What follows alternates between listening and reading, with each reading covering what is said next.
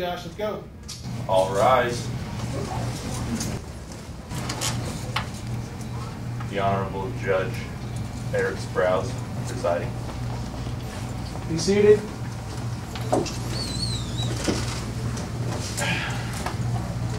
Okay. Today's proceedings are to demonstrate effective speaking with a trial presented on the case of sex offenders should they be shamed in public, as voted on by the class earlier this quarter. The trial consists of a prosecution and a defense, 4 members each, where they'll be fighting for 200 credits of extra credit, which these 4 medallions represent. 200 credits of extra credit, divided 4 ways by each member of the prosecution or the defense, whoever the victor is in today's proceedings. The jury deliberation will take place on Thursday, and to the victor, they'll be the best in the class. All right? So, let's get everything underway, shall we? Everyone's been trained on what we're doing today, and the jury's well in hand with their notes. The prosecution and defense have both debated on their strategies, and we're ready to begin. All right? Counselor, you have the floor.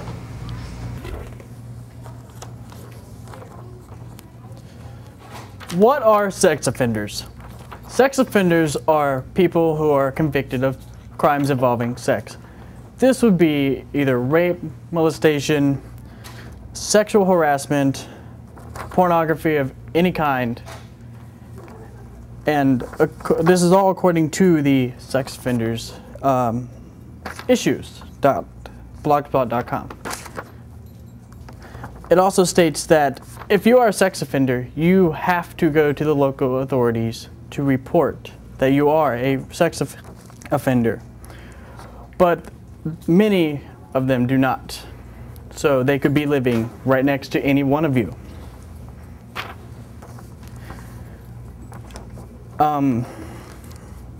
What things that you can do that makes people a sex offender? What causes that? According to criminal justice state.ny.us, if you commit a crime of anything involving a sex offense, this would be, even if it's minor, you have to register as a sex offender, no matter what. This is by law. And when you do this, your information will get put out to the local community you live in, letting them know where you are. Now, how would you like to live in a community you don't know where any of the sex offenders live, especially if you have kids? For me, I would not want that. I would like to know where they are. So, by knowing this, it makes me feel comfortable living at my nice home with a nice family.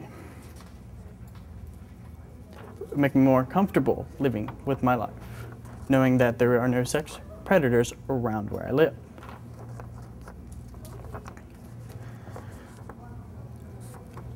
Now, above that, sexual assault is one of the main reason you're a sex offender.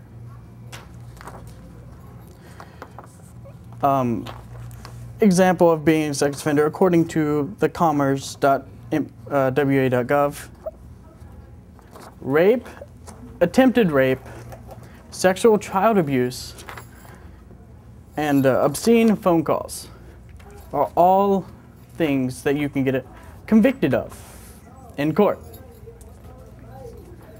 Now, some of these are very self-explanatory, but obscene phone calls being like pretty much a stalker.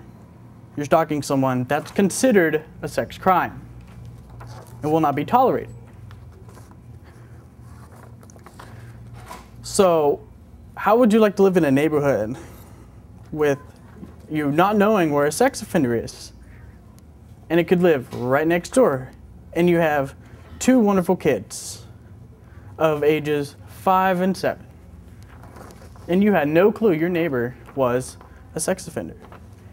And they were hiring to be a babysitter. You not knowing that.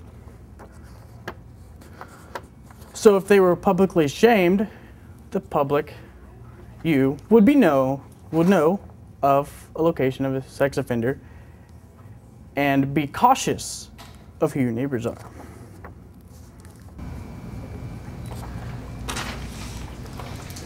Okay, thank you, Counselor. Ms. Wolford for the defense.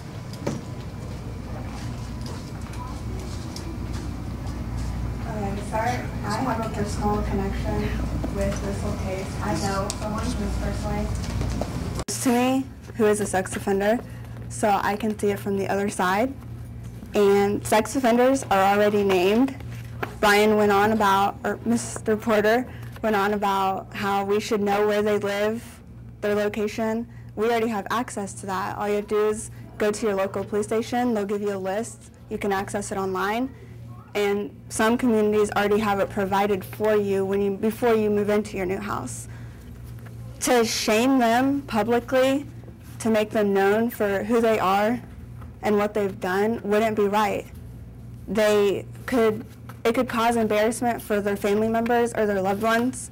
People who want to go visit their family member or their relative and can't because being seen walking up to a sex offender or their house could make you look bad, and it could make people start to think things just because you wanted to go visit your mom or your dad or your uncle, whoever the sex offender is. And sex offenders serve their time in jail for what they've done. According to the Ohio Department of Rehabilitation and Correction, most of them spend up to 15 years in jail for it. After 15 years and they're being released, they shouldn't be still be feeling guilty for what they did because they spent 15 years living in prison for committing the crime, and they should be able to go back to normal citizens with a second chance of another try. I've spoke to the sex offender that I'm related to, and I've asked him why he made his choices, and he said it was because of the way he grew up, and it was his way of releasing his anger from the past. And he says most of the sex offenders he's been in prison with admit to the same exact thing, even though they have not admitted it publicly because most people won't believe that's their reason. So naming or shaming sex offenders just wouldn't be right because they're people too, and we all should have second chances.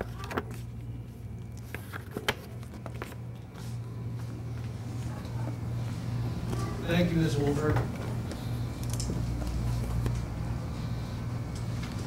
Mr. Knight for the prosecution.